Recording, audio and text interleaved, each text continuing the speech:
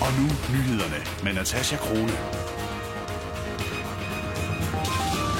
Der er alt for mange drenge og unge mænd, der helt har glemt de gode manerer, såsom at holde døren for pigerne og give komplimenter. Det er altså ikke noget, jeg sidder her og finder på. Det er noget, som lærer Kasper Søndergaard har lagt mærke til, at han underviser til daglig på en efterskole ved Horsens. Nu har han opfundet et helt nyt fag, der hedder Boys Corner, og her lærer drengene at blive sande gentlemen. Simon, Ja?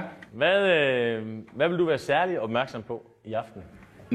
Jeg vil sørge for, at min date, hun føler sig tilpas og har det godt. Simon Ulbjerg får de sidste gode råd. Og husk, hvis der er noget, piger og kvinder godt kan lide, så er det komplimenter. Drengene skal selv stå for en 3-retters menu. Jeg tror aldrig, jeg har lavet så god mad før.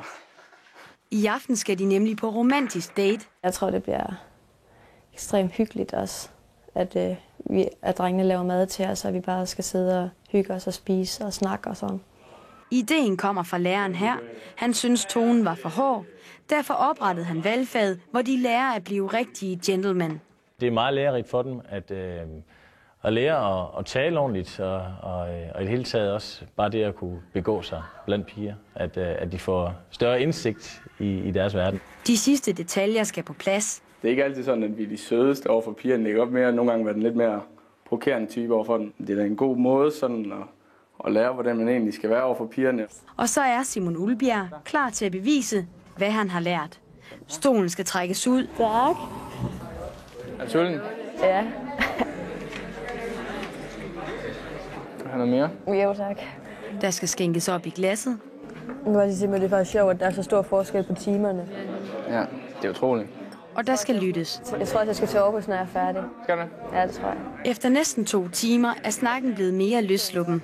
Og så når jeg kiggede ind, så lå der bare sådan nogle grønne bylder-agtige. Simon Ulbjerg har gjort sig umage, Jeg snakker om, at det bliver ud.